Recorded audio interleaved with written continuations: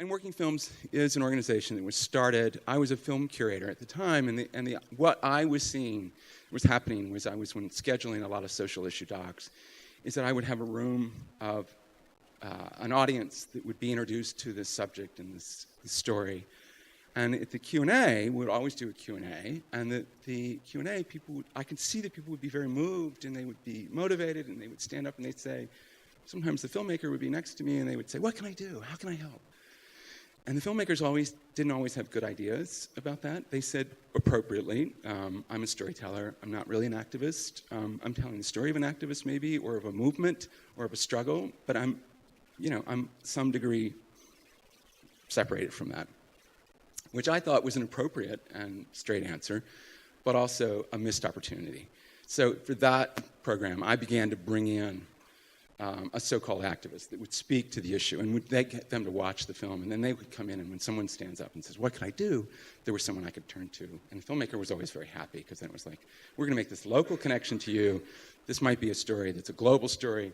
It's not going to be about this local issue, but here's someone who's working on this issue. It's a way for you guys to plug in immediately. So it felt like this idea of sort of meeting audience expectation. That work used to be called outreach, which we thought was too one-directional, because this is really about creating engagement. So we call it now community and audience engagement is pretty much the work we do. We're a not-for-profit, again, based in the US, with an office here for the past 3 years. I'm going to show you a very short clip, because I think this will help sort of frame a little bit of what's going to happen today. And today is a first conversation, by the way, but we are really going to, we have a brilliant panel. We'll get introduced to you shortly, and then we're going to have them speak, but we really want to hear from you guys as well. This is really meant to be a brainstorming session around the challenge and opportunity this film might present to reach audiences outside its very excellent life we're sure it's going to have as a film. It's going to be Storyville here, it's POV in the States. So that's really the charge, and we'll reframe that for you as we get to that. So we do this is meant to be a working session. We do this as a curated program at Tribeca in New York from September to May. And it's the same thing. As we bring a film, often in that case, the film is not done. It's sort of a rough cut. We show about 20 minutes of the film, and then we engage the audiences basically to help us brainstorm about what are the issues this film raises, what are the challenges and opportunities around an audience that might be interested in that, how would we reach them, who are those target audiences. So that's pretty much what we'll be doing today, and we'll show this short clip because that will help sort of frame it for you.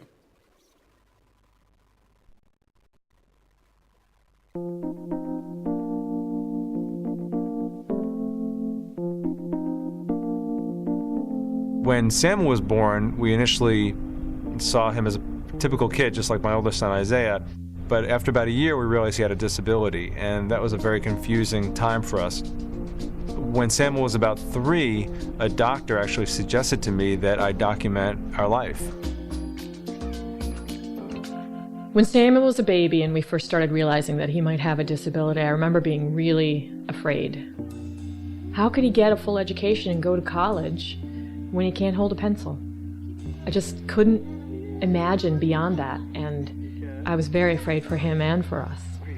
The primary thing I learned from making this film is that all kids have the capacity to be fully included in school and community. All kids. The school is the hub of the community, and if you can't attend your own regular school in your community, how can you possibly feel like you're truly a part of the community? At Beaver Meadow Elementary, kids with disabilities join the same classrooms as kids without disabilities.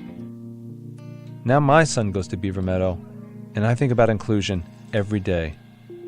Since the film has come out, it's been on national television. I've been in about 30 different states around the country, presenting at universities, national conferences. It's far exceeded any of my hopes or expectations. But I knew that unless new generations of people in this country saw disability as just a natural part of the diversity of our culture, I would not have achieved the goals of the film. So that's when Working Films helped us organize a summit of disability rights and educational leaders from around the country in Washington, D.C. And the big idea that came out of that summit was we need a national inclusion campaign that is teen-led and teen-focused. we selected 20 teenagers with and without disabilities to come together for the summit. Everyone had to host an Including Samuel screening party ahead of time, and we said, we don't care how you arrive at this, but we want you to come up with a specific idea for our national campaign for inclusion. What could we do to use the momentum of this film to create something powerful? No matter how cool I think I am, I realize that at almost 33 years old, and the things that I may come up with may not resonate with young people. I want you guys to think outside the box. Make it fresh, make it exciting, make it inclusive of everyone. That is your charge today. If we want to make this campaign successful, the very first thing I think we should do is change people's perceptions. Once you know something when you're a child, you live with it. They're like rules. How do we make it cool? I want to bring it back to redefining cool. What's cool right now? iPods, like cell phones, Facebook, inclusion. So how are you going to engage people in the campaign? Like, how does that play out? TV's a powerful tool. Everyone watches TV. However, even more everyone goes on YouTube. I agree with Tyler. YouTube is a great idea. I think the internet is our generation. Imagine how many people we could get if a friend tells a friend who tells a friend, and they just spread it everywhere. We did a lot of visual mapping where we put poster board on the walls, and there were incredible connections happening. I just saw that little light bulb.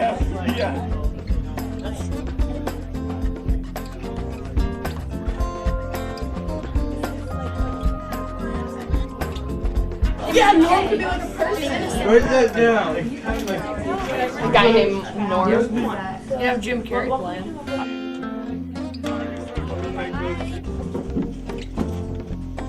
We came up with the slogan, stand out to fit in. Something that Ziggy said yesterday really stuck out to me was the phrase, different is normal. I really like that. We're talking about like, I'm only as different as anyone else. I just want to be treated normal. We put defy the norm, defy exclusion. If we were just doing like a still image, it would be just I am Norm and then a person, except he's supposed to be in a wheelchair. Difference is normal. I am normal. I see normal coming up a few different times. Norm. I am the norm. Like the guy is named Norm. Yeah. I am Norm. Right. For I am Norm, what we're saying to people is we're all normal. If you were going to do a PSA, like a TV, what would it look like? I am creative, I am funny, I am a writer, I am smart. And then at the very end, all of us in a group all say together, I am Norm. I am an artist. I'm a disabled athlete. I am a filmmaker. I am an advocate. I am Norm. Over the course of 2 days, these 20 teenagers filmed 2 sample PSAs, created a very powerful mission statement, and they came up with this idea for a campaign which is now called I Am Norm. You know, in this day and age, you got to have a good website if you're going to have a campaign. And so the young people designed the content of the website. They thought about what would be on it, you know, pictures, videos, discussion questions. There's a whole section on actions for inclusion that you can take in your school or community. There's a YouTube channel that has dozens of videos created by people from around the country on the I Am Norm theme. There's a documentary of the summit created by one of the teen participants, a 14-year-old kid named Drew Goldsmith who has autism.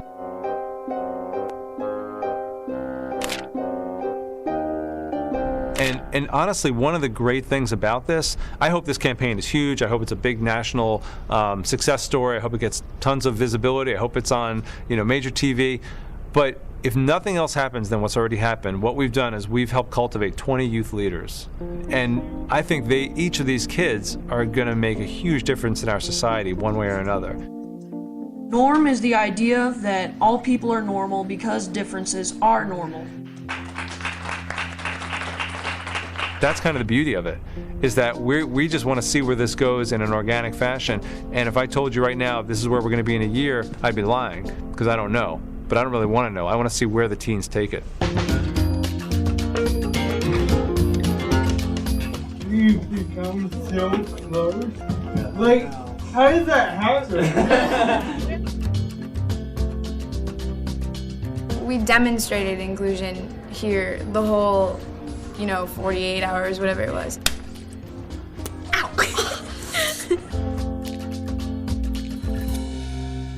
These are the most intelligent people I've ever met, and I wouldn't have known had I not given them a chance. So hopefully what the takeaway from this is that was a campaign that was connected to a film. It wasn't about the film. It became about something else.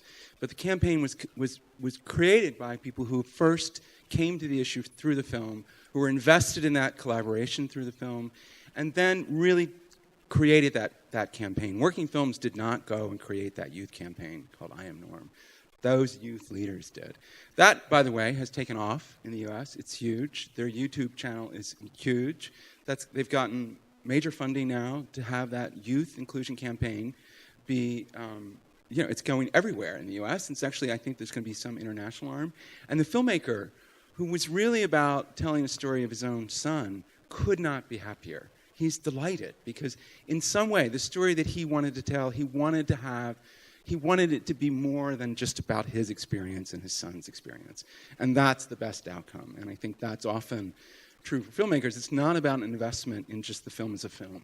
So what we're talking about today is we're going to look at another quite brilliant film. And then we're going to have this conversation around outside of the film's life, its traditional life, its cinema release, its festival release, its public broadcasting. It's probably going to be, I think it'll be here on BBC, it'll be in the US on POV, is what else can we begin to think about for this film? How can we have this first conversation?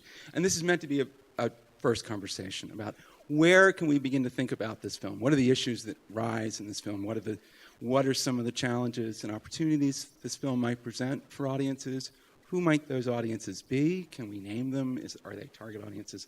And how might we reach them? So we have a great panel, which we're going to introduce. And I'll introduce Sarah. Sarah Ross is working with us here in the UK. Thanks, Sarah. Thanks for coming, everyone. We've got a really great panel today for quite a boutique audience. Firstly, I'd like to introduce Charlie Cronick from Greenpeace. He's the Senior Climate Advisor, is that right? He's been working on climate and development issues for over 20 years, and I believe knows John quite well at the end there. Paul Lewis is the Special Projects Editor at The Guardian. He's written extensively on activism in the paper, most notably reporting on the death of Ian Tomlinson at the G20 protests a couple of years ago, which led to an inquest into Ian's death. Then we've got Marshall in the middle there. Adam Ramsey is activism manager at student campaigning organisation People and Planet. He's also involved in UK Uncut, the Green Party, and is a prolific blogger, I believe. And John Stewart was named by The Independent on Sunday in 2008 as the most effective environmental activist in the UK. He has been credited with stopping the third runway at Heathrow, so we probably have things to thank him for. And I'd like to thank them all for coming. So I'm going to introduce the filmmaker, and he's going to introduce a short series of clips. How many of you have seen the film? It screened yesterday. Have you seen it? We're going to give you enough to see it to get a sense, but I also want you to see it. Because do you have a second? When's your next screening? Tomorrow. What time is that? 3 something. We'll look. We'll find out before you leave. So Marshall Curry is really an amazing storyteller. He, in 2005, made a star, actually, of the mayor-to-be of Newark, New Jersey. How many of you know Newark, New Jersey? You kind of have to know Newark to know how extraordinary this story is. But it's an amazing guy through Street Fight, which actually is nominated for an Oscar that year. We met Cory Booker, who is this watch him. He's the next Obama. He's really this evangelical, smart, funny, grounded political leader.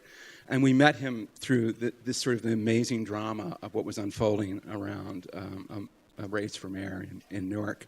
But he's he really is going to be it, don't you think? He's headed for good stuff.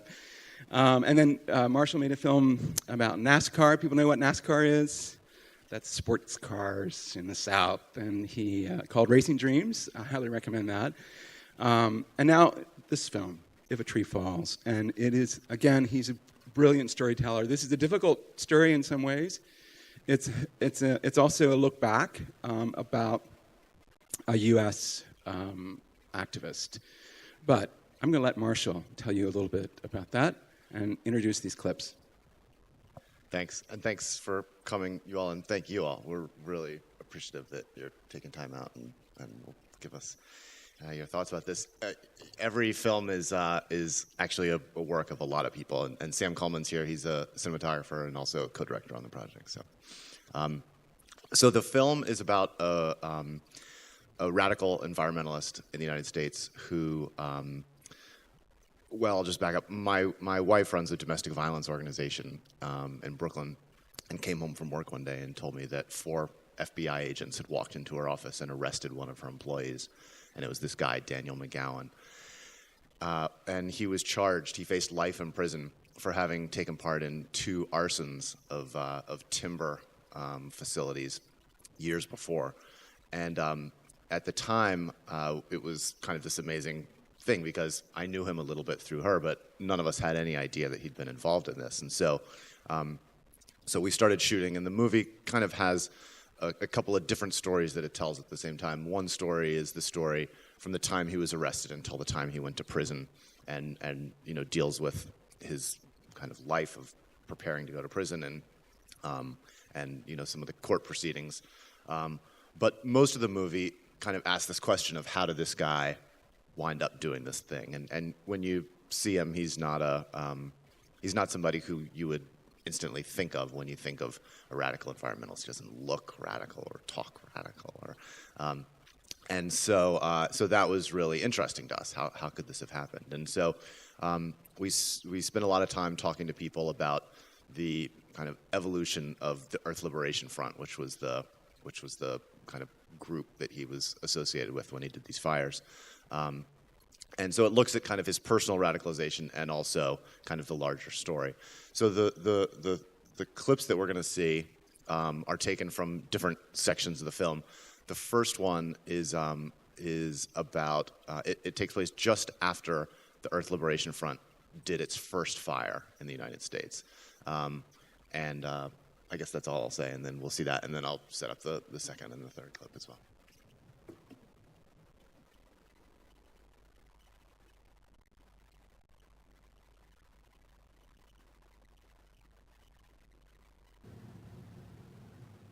In the months after the ranger station fires, there was a split within the environmental movement.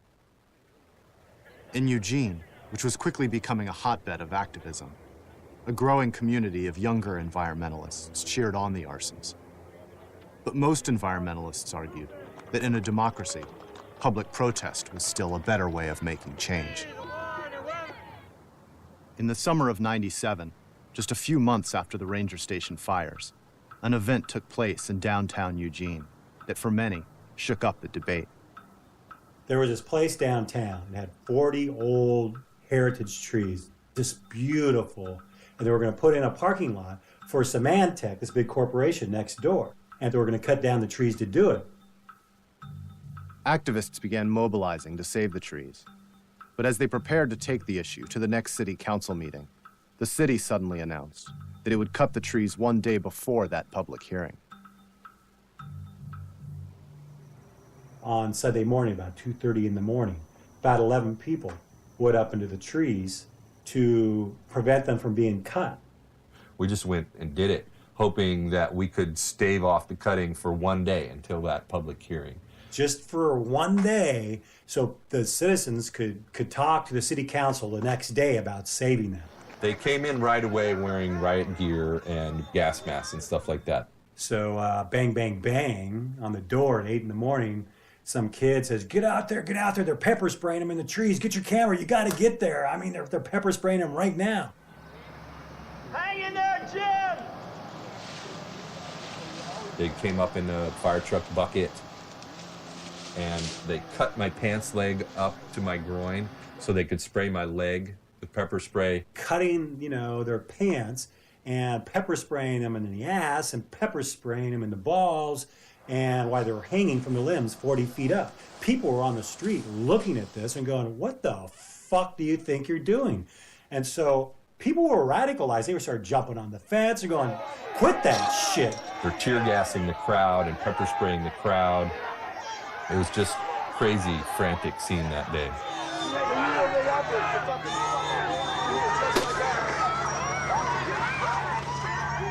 And they used about 12 to 15 cans on Flynn, and he stayed up for, I think, about 6 or 7 hours, man.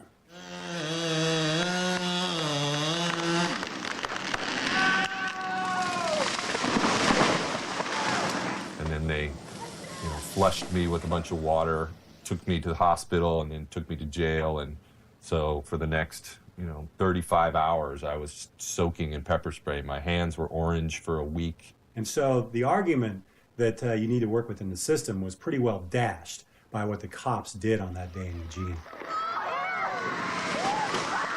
And June 1st was really the day that pissed off a lot of people in this town. So that event served to radicalize a lot of people, and after the ranger station fires, I was going to say, and so it sort of radicalized a lot of people, and added more momentum to the Earth Liberation Front and to, I guess, Earth First, which is sort of another group that sort of advocates property destruction, although not arson, more what they consider monkey wrenching, putting sugar in the gas tanks of bulldozers and things like that. But so soon after that event, our next chapter will happen. So. After the ranger station fires, Jake Ferguson and members of the fledgling ELF set their sights on new targets. They came across an Associated Press article about the rounding up of wild horses from government land. The horses were being sent to slaughterhouses, including the Cavill West plant in nearby Redmond, Oregon. There were so many horses being processed at the plant that horse blood would sometimes overwhelm the town's water treatment facility and shut it down. And for 10 years, people from the area had tried and failed to stop the plant. But on July 21st, 1997, Jake Ferguson and 3 others slipped into the facility in the middle of the night and burned it to the ground. The company was never able to rebuild, and the arson became a model for the group. In one night, they had accomplished what years of letter writing and picketing had never been able to do. They expanded and took on new targets. They burned timber company headquarters, a Bureau of Land Management office, and a $12 million ski lodge at Vail, Colorado, to protest the resort's expansion into national forest. An ELF press office was opened by activists who did not know the identities of the ELF members. How do they contact you? Anonymously. But what is that, like a package dropped on your doorstep? They publicized the fires and explained the group's actions. When a building burns down, they have to do a news story about it. That's why the Earth Liberation Front burnt down the building in the first place, to get exposure. We were there to help explain why that building burnt down, what it was doing in the first place that was angering people so much. A lot of what the Earth Liberation Front did was considered economic sabotage. These corporations exist to make money. All of a sudden, they're losing money, so they have to reassess their activities. Another thing that happens is that the building that was dumping toxic waste, for example, into the river one day, is unable to dump that waste tomorrow. The press office encouraged people to start their own ELF cells, but mandated that their fires not harm any life. Take initiative, form your own cell, and do what needs to be done to protect all life on this planet. The idea spread, and new anonymous cells popped up in other parts of the country. The Earth Liberation Front is turning up the heat again, igniting devastating blazes all across the country. A biology lab at the University of Minnesota. Bloomington, Indiana. New York's Long Island. Now some say ELF is in New England.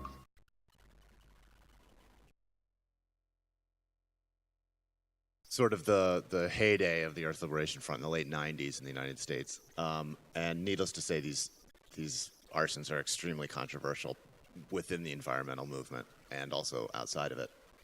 And so the last clip is just going to show the repercussions of one of the fires. Eventually, our main character gets involved in the group, and this is the aftermath of fires that he takes part in. Investigators in the Pacific Northwest strongly suspect that two nearly simultaneous fires were acts of ecological terror. Monday morning, May 24th, I got back to Eugene and I was just like, wow, I really need to think about what I just did. Just seeing, absolute ruins and realizing that like all people were going to focus on was the fact that things were destroyed and that the issues are being lost and all they care about is catching the people that did it. They're talking about Jefferson Poplar and then they're talking about University of Washington.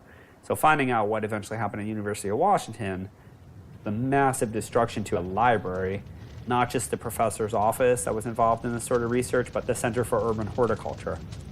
I was like, this is too much, too fast, too big. What am I doing?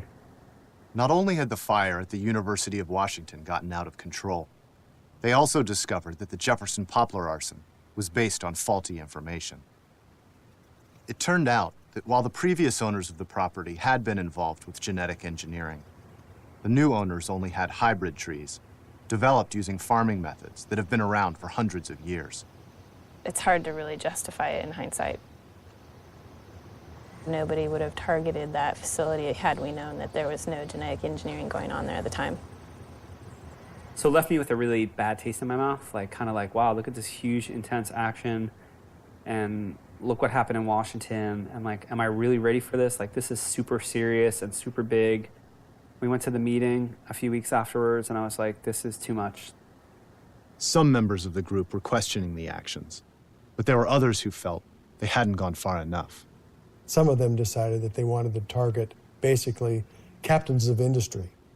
Target people now, not just property. The last circle meeting basically cleaved between people that were seemingly wanted to talk about it, not even plan it, but they were like, we should talk about it, and the people that were repulsed by it. And really, that ideological divide is what ended it. That was it.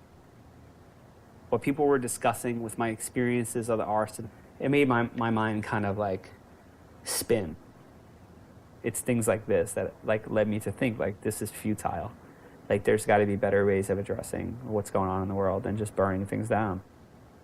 As the ELF cell was dissolving, the larger activist community in Eugene was splintering as well. I think people were self-righteous. I think people thought they knew they had the answer, weren't willing to listen to other points of view because their view was more radical in that point of view. All those things came into play, I think, to help narrow the amount of people that were connected within the movement to the point where it just went poof, doesn't exist anymore. That's one really sad thing about, about a lot of social movements, but, I think ours especially because we all are so critical of the world and of the way people live in the world and how they interact with the natural world that we sometimes are extremely critical on each other, and that is definitely part of our downfall as a movement.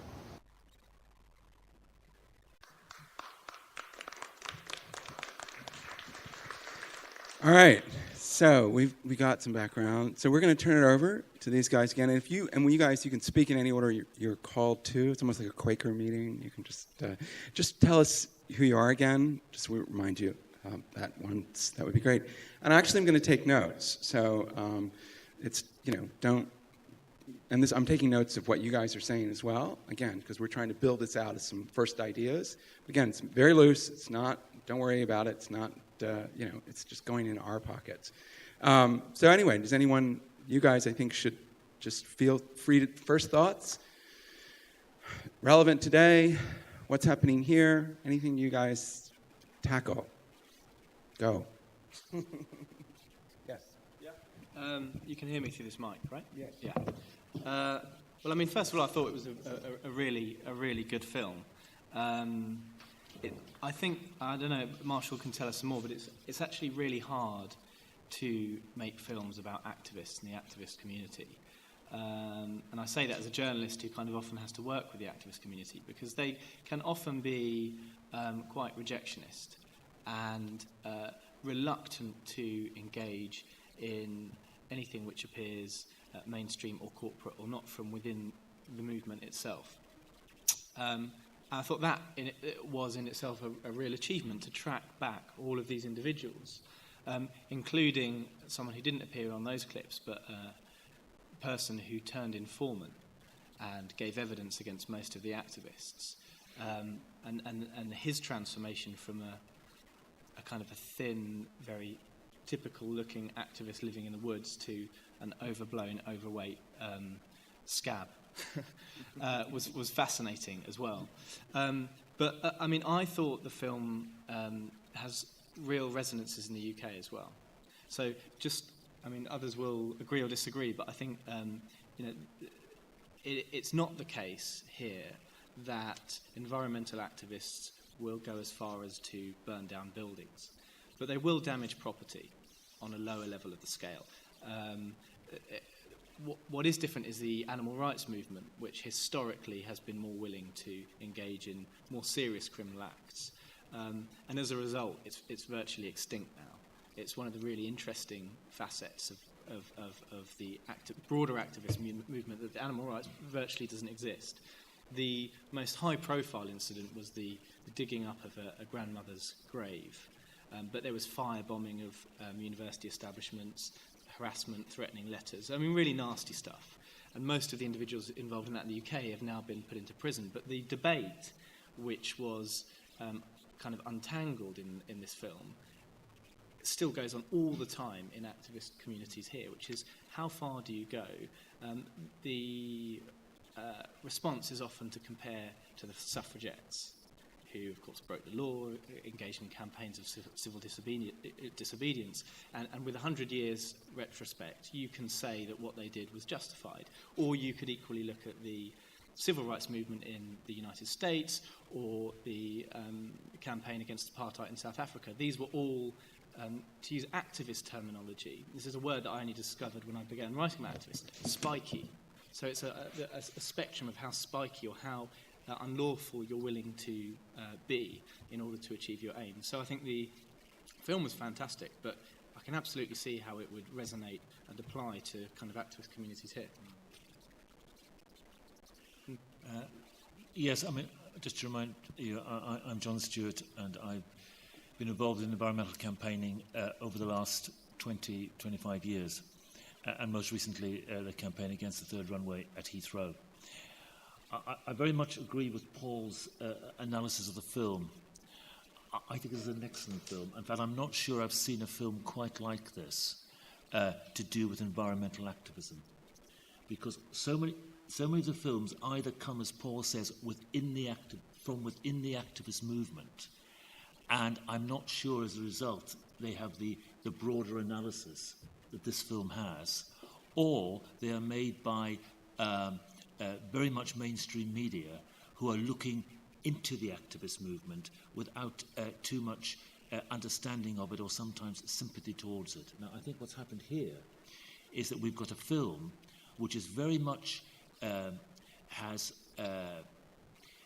understands the activist movement, understands the movement that you're filming, but nevertheless is asking real questions about it, and also makes not only the activists, and particularly the main character, Daniel McGowan, a very human character, but you also make very real the policemen and the law enforcement officers, because they don't come across simply as cardboard cutout baddies.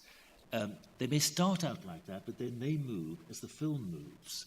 So you begin to see the complexity of the whole situation, and including the complexity of what's going on within the mindset and the psyche of the individuals on all sides. So I think in that sense, it's a unique film. It's a hugely watchable film, and the main character you really begin to identify with.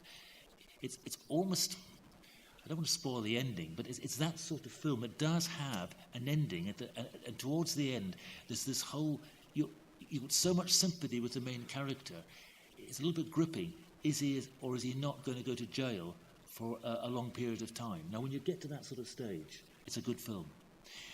Fairly quickly, I also agree with Paul's broad point that I think is very relevant to the activist community in the UK, because it's asking the sort of questions which I think campaigners and activists have been asking over the years.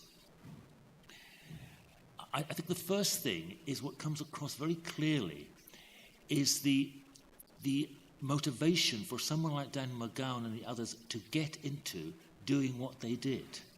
It came across in one of the clips. They're utterly frustrated.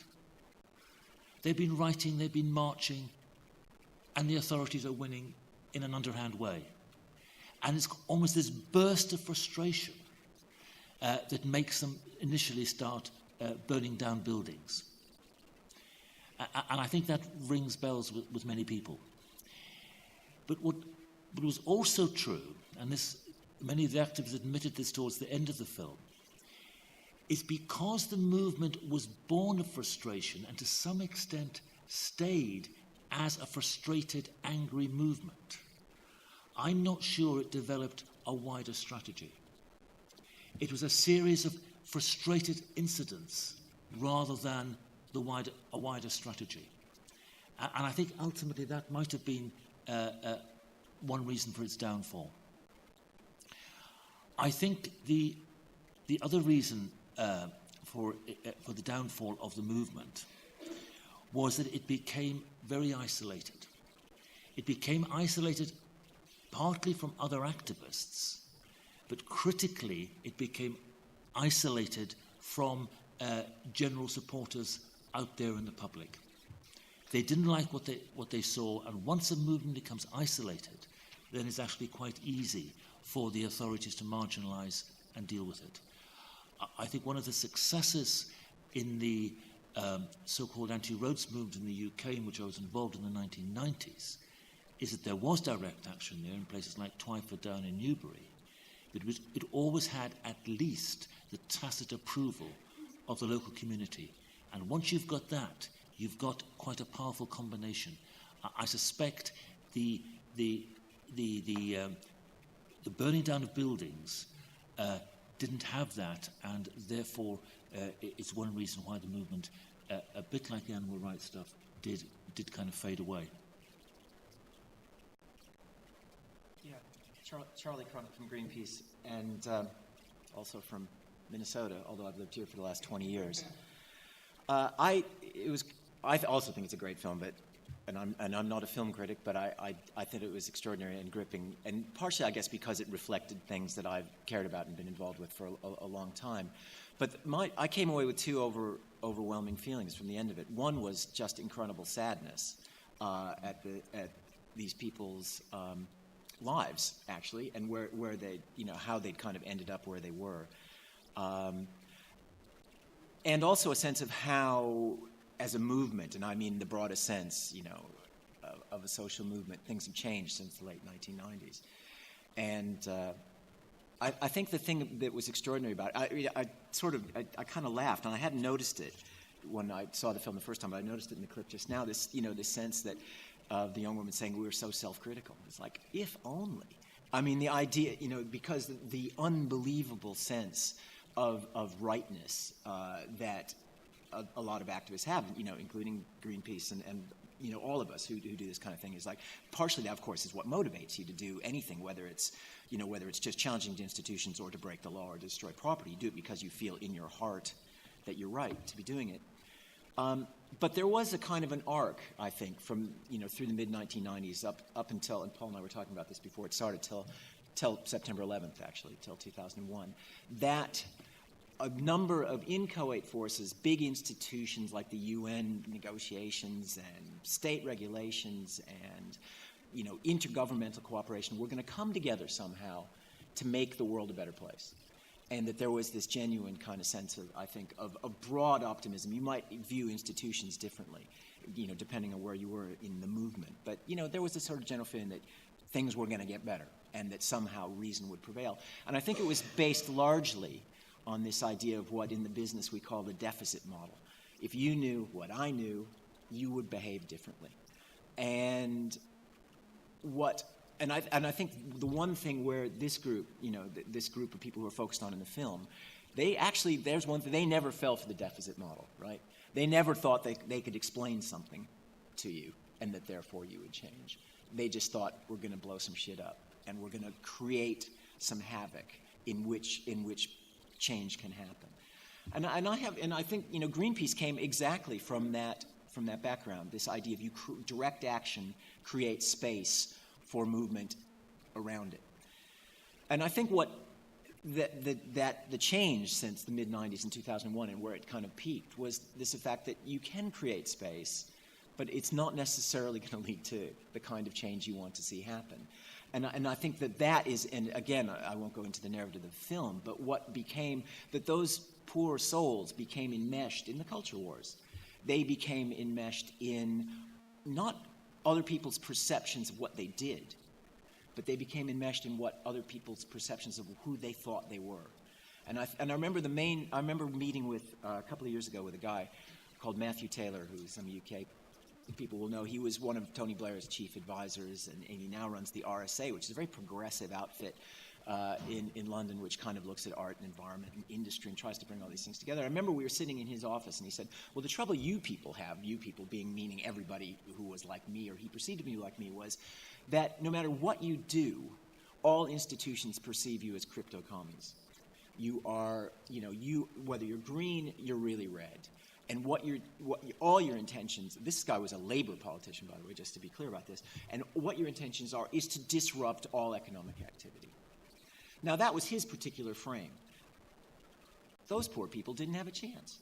Because if in the United States, where property is king and where commerce is really king, whatever you did, whatever you said you did, whatever you thought you did something for, was on the basis that people believed that your fundamental desire was to disrupt economic activity and their prosperity.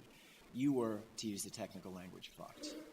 And the idea that as a movement you were going to gain any wider traction was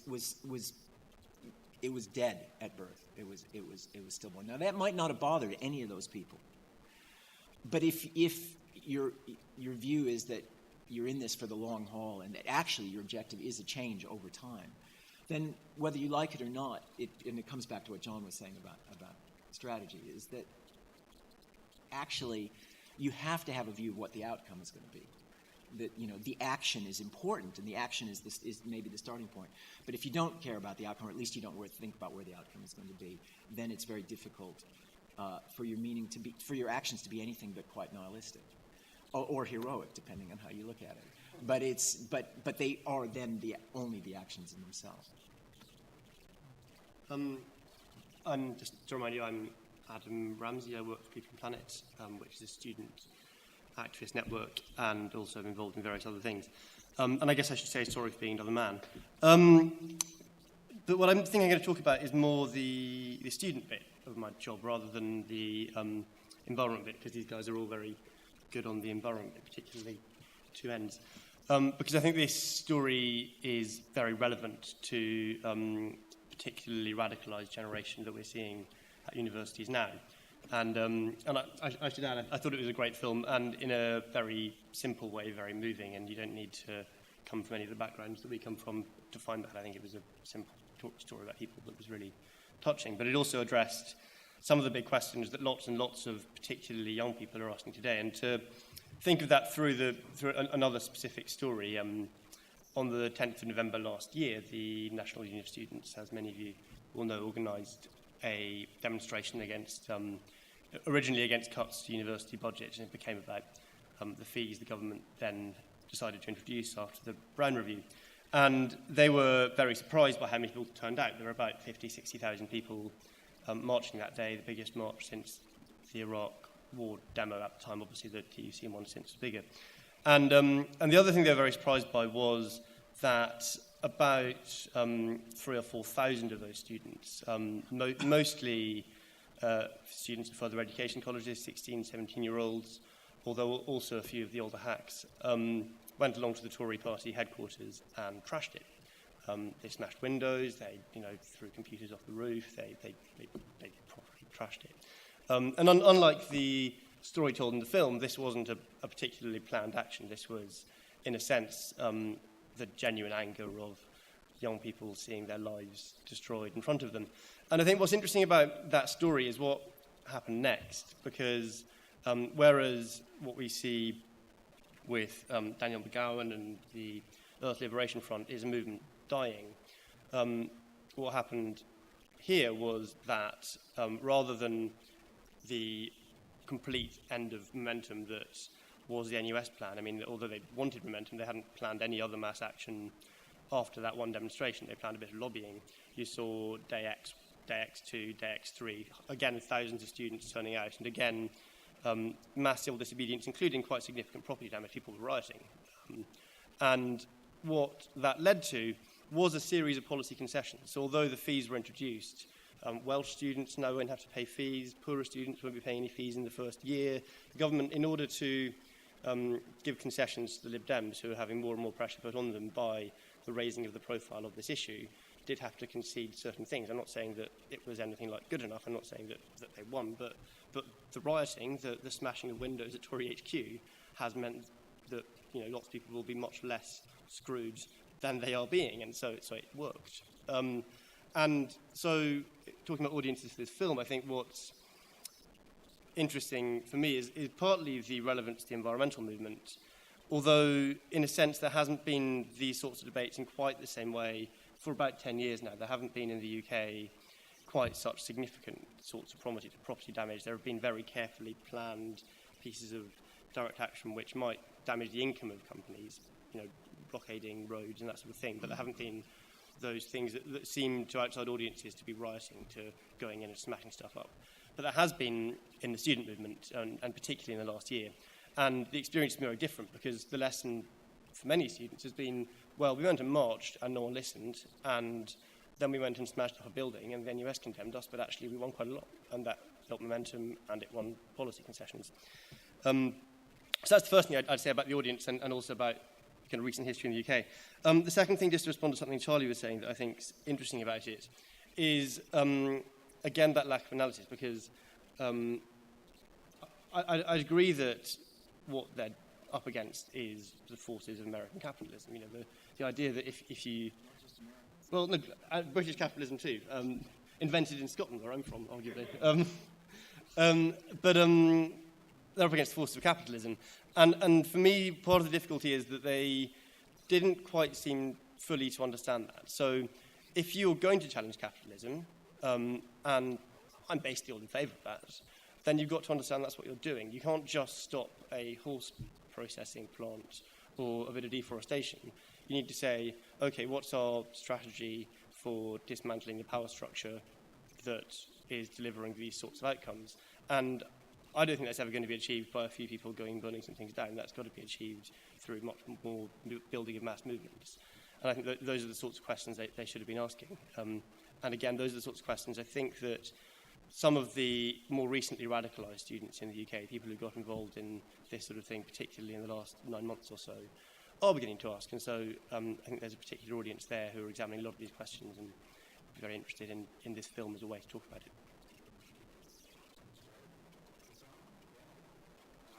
That was great. Thank you, guys. That exactly, I mean, I had similar kind of thoughts. So that, I think this really kind of rich ground. And again, I don't want to falsely push us into thinking just about marketing, target audiences. I mean, I think the beginning to have some of this discussion, these ideas, is really interesting. And there's a period in doing this work and doing it, I think, authentically, is you start with lots of ideas, and then what drills down, and when you really move at the end, you're trying to get the film to non-traditional film audiences. They kind of rise up through these ideas, and I think that's a much more of the natural process. So that's sort of this first conversation, again, we're trying to have today. And we're going to take it now to you guys, because we're really interested in your thoughts about some of these comments you heard. This idea of, what is related to this idea of activism. When is it needed? When does the outer edge push the middle? All of that. But I also want to introduce Emily James, who has a film in the festival. Emily, do you want to just tell us, you had a screening, I know. Well, congratulations. How did that go? And do you have another screening upcoming? Okay. And just tell us briefly, Just Do It. This is really well connected to this issue. Just Do It, A Tale of Modern Day Outlaws, which premiered last night, is a film about grassroots direct action in the UK. So it features a kind of ensemble cast of activists from Climate Camp and Plain Stupid, who I was kind of embedded with for the space of a year. And it's been made completely independently and crowdfunded and, all of that kind of fun stuff. And we'll be doing, hopefully, working with lots of people. We're working with People and Planet, who have been incredibly helpful because we're doing a simultaneous all one-night release across all of the university campuses in the autumn, and People and Planet are doing a lot of the kind of on-the-ground organising of that, free to the public. And we're hoping to work with Greenpeace, but they've been slightly sitting on the fence. Well, there you go. Move people off the fence. That's good. How are we on time, by the way? Is anybody keeping time? I'm not. Half an hour? Oh, great. Okay. So any first thoughts? Yes? You have to speak into the mic, I've been told. That's why I wanted everyone down here. Sure.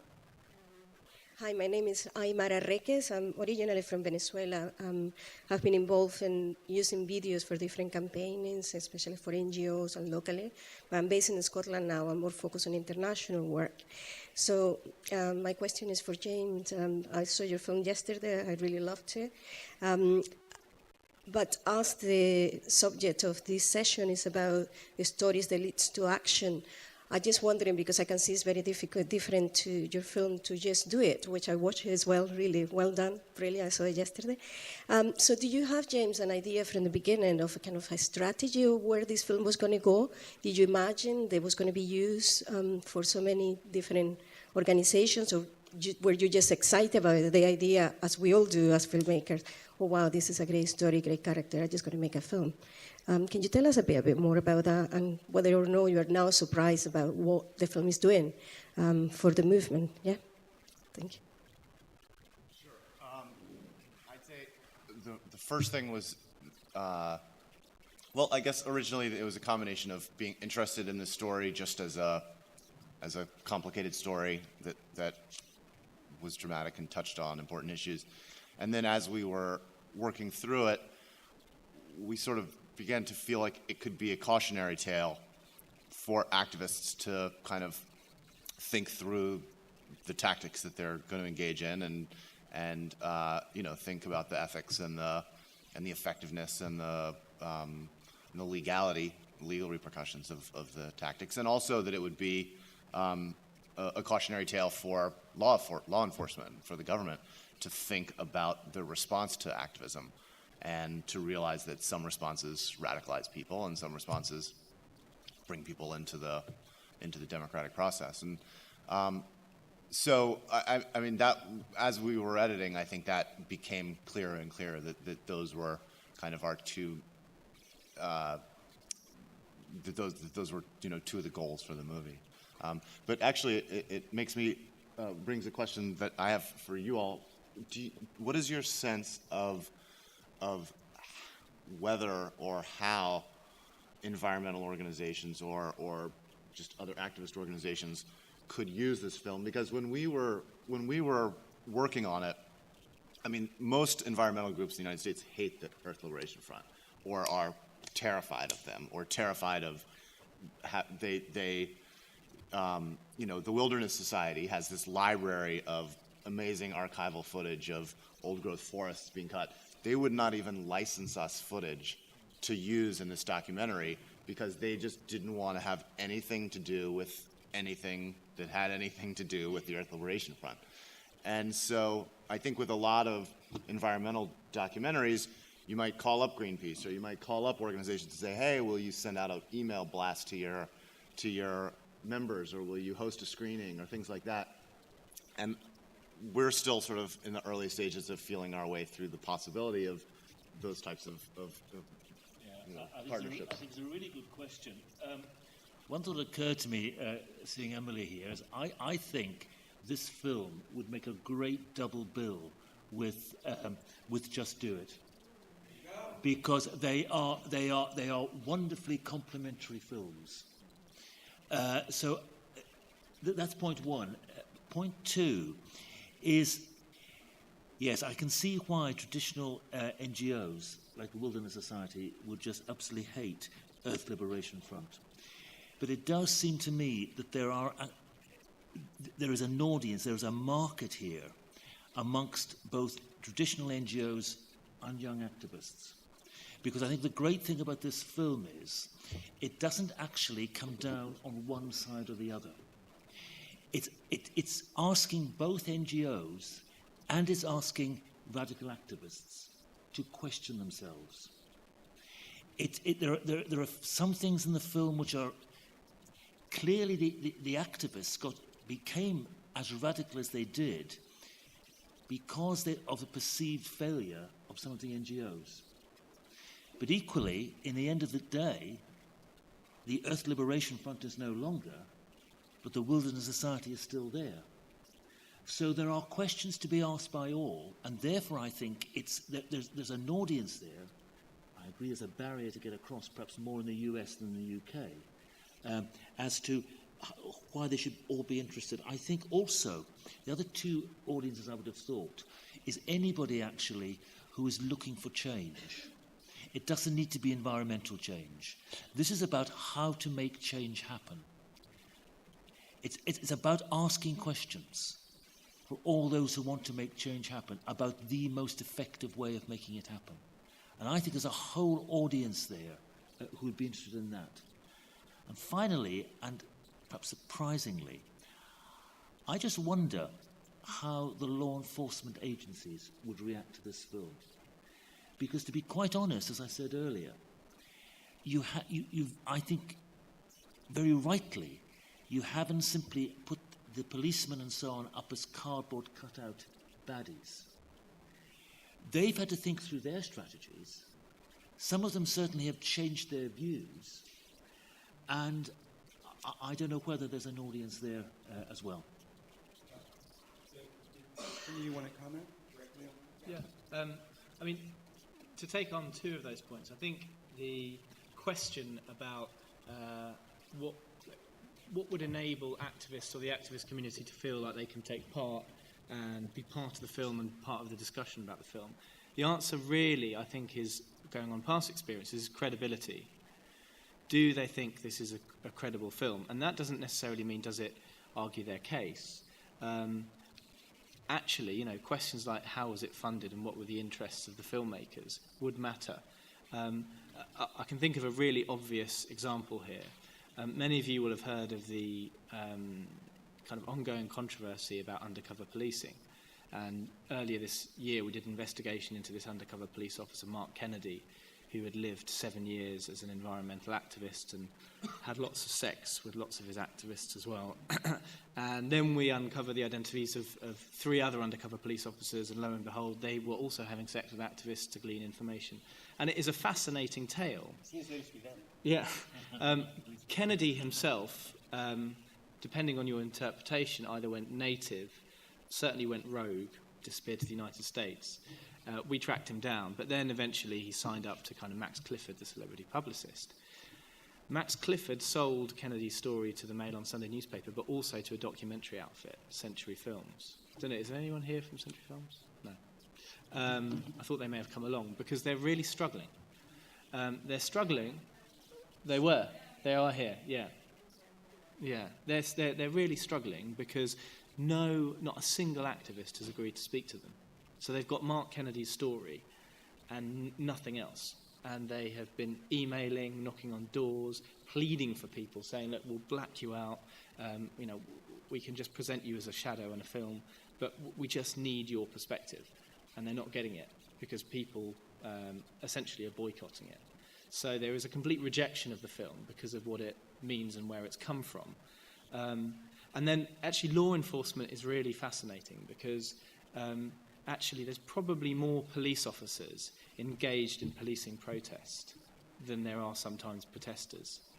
And a few years ago, there was a film made called On the Verge in Brighton, in Sussex, where it was basically monitoring and watching a group of activists who had mounted a sustained campaign against a local arms factory. And in the end, what happened is they this wasn't in the film, but they eventually kind of went into the factory and smashed it up. But during the film, it was basically about an injunction that had been taken out against these activists, saying that they couldn't protest because it was harassment. So they were restricted to this grass verge in front of the factory, hence the title On the Verge. And Sussex police, because there was some footage in there which the activists had stolen, and police said it was their copyright, so they tried to get the film banned, which was brilliant for the activists, because they could say, this was the film police didn't want you to see. But it was their own film, from within their own ranks. What was most fascinating about it, though, is when the film finally did show, and it showed in local cinemas, is that the audience was mainly police officers. Because actually, you know, they like the fame of it.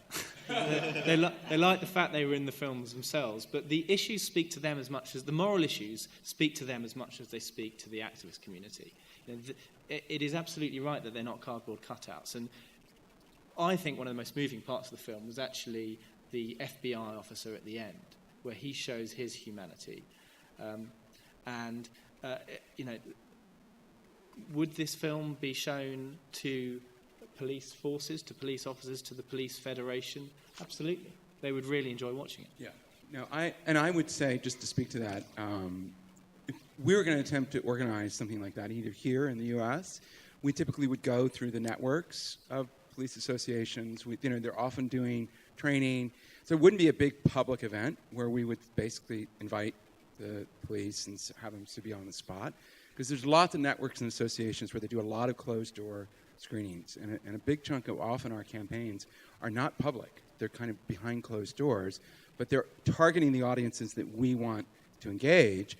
And we work with those folks in the beginning to really develop sort of a toolkit of response appropriate to that target audience. So I do think there's potential here. It would take some work because you have to sort of build trust. But again, I think the film will speak. And often, obviously, the first start of that conversation is watch the film and then we'll talk.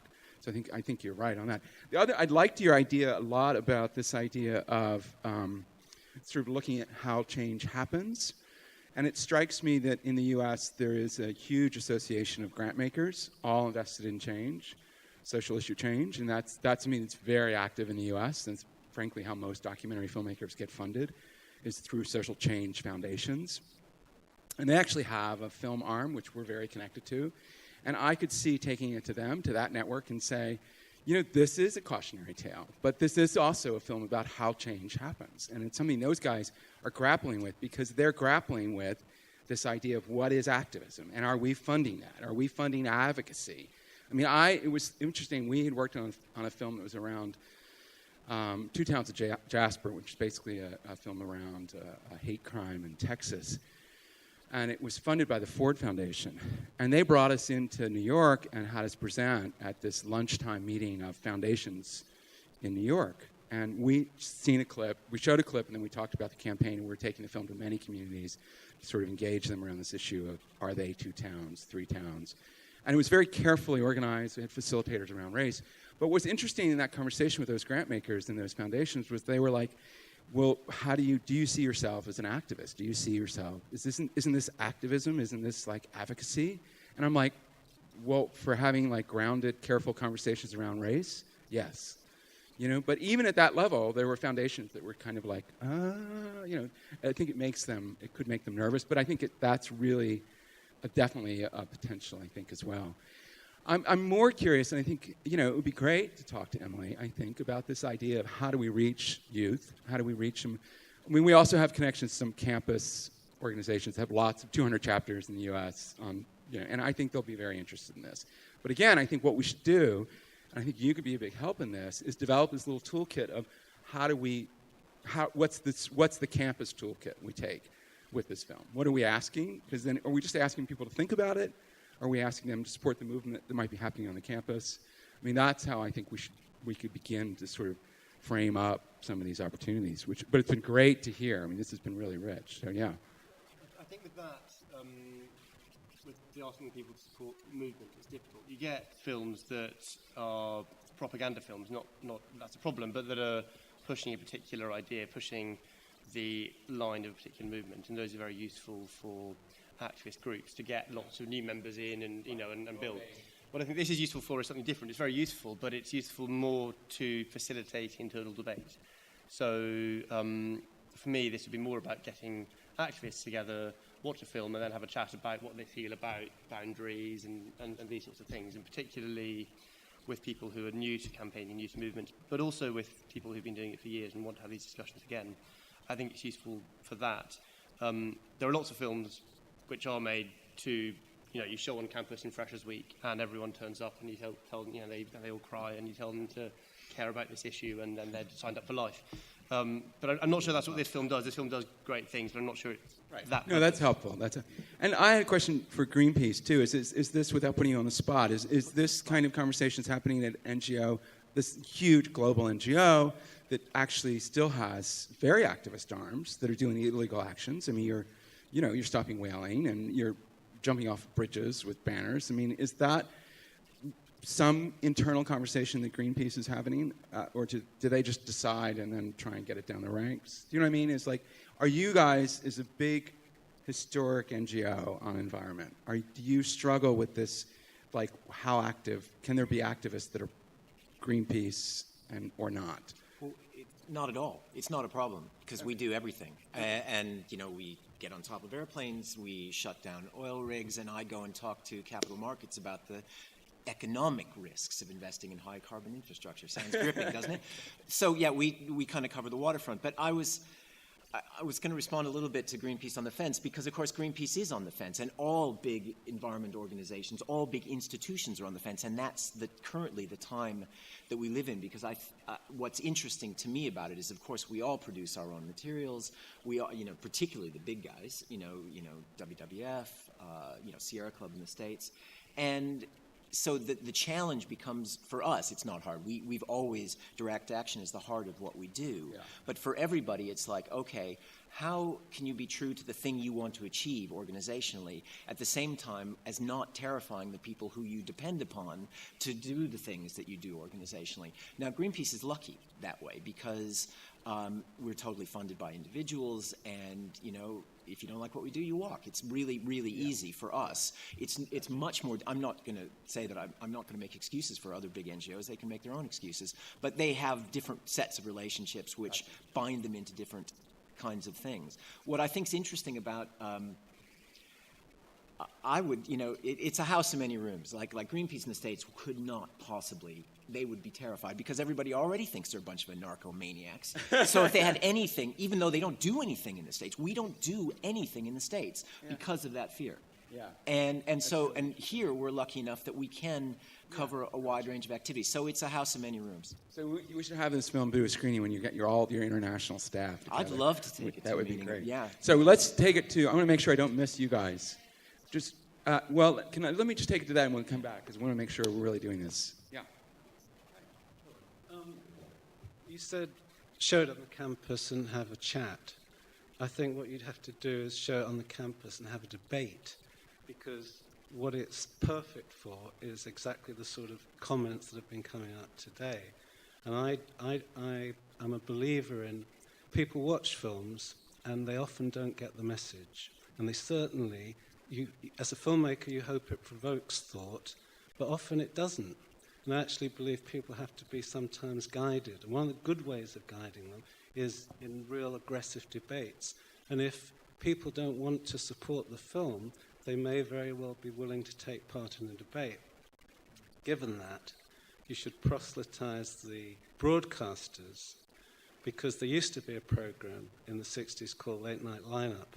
And what it did, it would show a film like this, or this film would be on television. It would say, earlier this evening, this program was on Channel 4. Tonight, we bring the filmmaker and various vested groups. I'm going to talk about it. And it was terrific.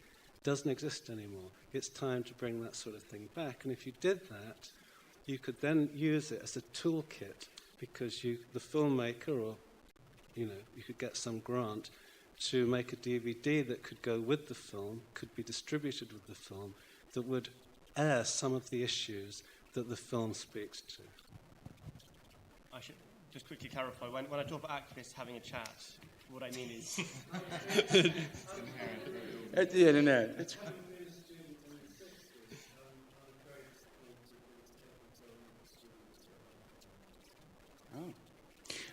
This film will have. Are you having it in a UK? It'll be on BBC on Storyville. And when is that? Do you know? I don't think they've scheduled a date, but I think it'll be in the fall. And also in the fall is your US broadcast happening? Yep, in September. And who's that with? With PBS, with POV. And POV is in the room. So this is good to have you here. Yeah. In the United States, we do. Not yet. We're going to do a whole sort of non-traditional distribution strategy with Marshall that's going to like crack all the economic models. He doesn't know that yet. But... All right. So Emily.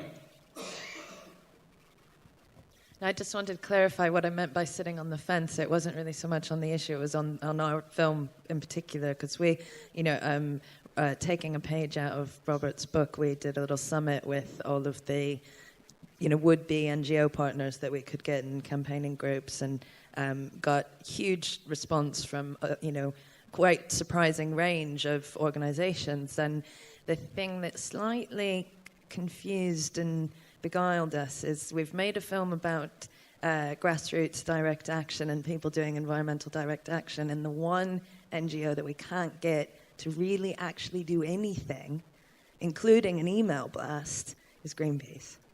Well, we've just ratcheted up that conversation a bit now without putting it on the spot. That's all right.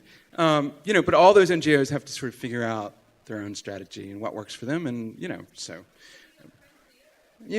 Well, they're friends of the earth. Come on, they're friends. Do you guys have other thoughts? We're kind of wrapping up. This is, yes. Oh, great. Sorry, I didn't mean to, I didn't want to put you on the spot. I'm just sort of waking up. I'm halfway through my coffee. But it seems to me like, a lot of what broadcaster, the POV does in trying to reach a younger demographic is to put a lot of this conversation, a lot of the debate, a lot of the exchange of ideas online. And it seems to me that, that kind of approach would also maybe even give NGOs who might be a little hesitant to participate in an overt way, a bit of a covert way of being a part of the conversation as well. So I think that, as many online components to get the debate going and also to reach young people from, who would be interested in debating these ideas as well would be great. So just to be clear, we have no official relationship with this film. We actually grabbed it and just said, Marshall, we're going to do this workshop. Do you want to be a part of it? And he said yes. So, but this is the start of a relationship with us as well. And I would love to we're going to explore, and it's a start of a relationship with you guys as well, to have a continuing conversation around this. Because I think there's some great ideas that came out here, and we're committed to working with you guys as well to sort of what resources do we need to put in place, and just make sure this feels like it's headed somewhere. It's not going to just, because we got about 5 minutes left. Do we have, yes, oh good. Hi. I was just wondering, from what Adam said about showing this to students and how you'd place that. Obviously, kind of as I've discussed with all of you prior to this talk, it's a cautionary tale about what happens when strategy isn't necessarily there. So you can show this to young activists and say this is how not to do it. But on the flip side of that, if you were, for example, to take it to university campuses, you could show them this film and say these are the consequences of your actions. But what would be the kind of, okay, don't do that, do this? Greenpeace or Adam, what would you suggest in terms of strategy, and how would you help activists to come to a better strategy than burning down buildings? I wouldn't. I don't really do that. What we tend to do is put people in rooms and facilitate discussions between them on what they want to do. What I tend to try and do is persuade them that they should plan and they should build movements and talk to other people rather than just sitting in rooms talking about how they feel about things. But I don't tend to try and tell them what to do. That's I didn't mean it in that prescriptive way. But what I mean is that, I mean, obviously as an organisation we don't do property damage and those things, but I don't think it's even particularly our place to tell students they shouldn't. I mean, if they, there are circumstances where clearly it has worked, and it's questions for them to ask themselves when that's going to be and whether they're morally okay with that. And we don't tell them the answers to those questions. That's for generations to together sit around in rooms and work out the answers to. The only thing I'd add to that is that Greenpeace, funnily enough, is not a grassroots organization, which might be part of the problem, although I would really like to talk to you about it because I didn't even know about your film. So there it goes to show that it's possible that house and many rooms and all that, and we can make it work in a different way. But what I was going to say is that,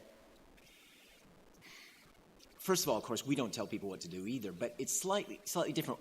But what I would do is, if I was talking to anybody, whether I was doing it as a Greenpeace activist or just as somebody who's an activist, is that to me, the fundamental basis of whether something is okay to do it or not is whether you're okay to take responsibility for your own actions. And the thing about, we always, whatever we do, whatever thing we do, we get prosecuted for criminal damage. That is amazing. I mean, you can get they're all, it's not about the criminal code, but what it comes down to in court is criminal damage. And, and I've been arrested many times, tried several, convicted never, which is nice for me. But that was I never ran away. We never run away. Yeah. You never wear a mask. Yeah. You never pretend that who you are isn't who you are, and that what you're trying to do isn't what you're trying to do. And to me, whatever conclusions another activist might draw from that, and this is absolutely true of Plain Stupid and Climate Camp as well, nobody in those places wears masks. Nobody pretends they're not who they are or they don't take responsibility for what they do. And if there's no other lesson from this film for people, it's much easier to, it's very, the lines about what you will or won't do become much more apparent when you're willing to take personal responsibility for them.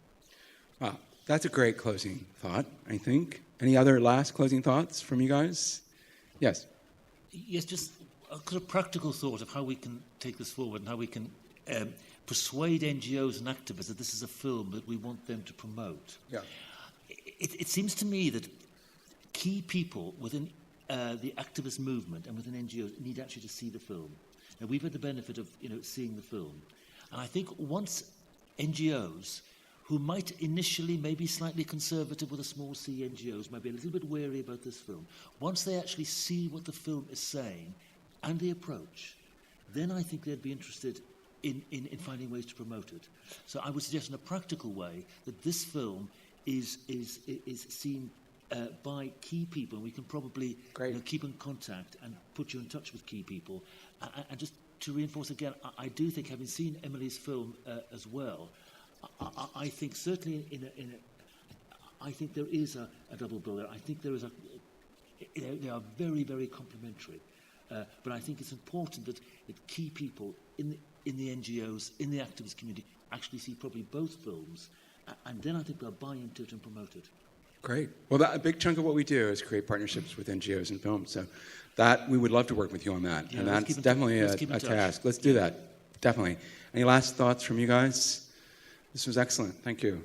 This film is going to be out there doing good work with law enforcement, with social justice funders, with activists. To get activists to reflect back on history, it's kind of like a little tension there, Don't think about tomorrow, think about 30 years ago. I think is a really interesting way to position this film. So thank you all very much. Thank you, Marshall, for making it.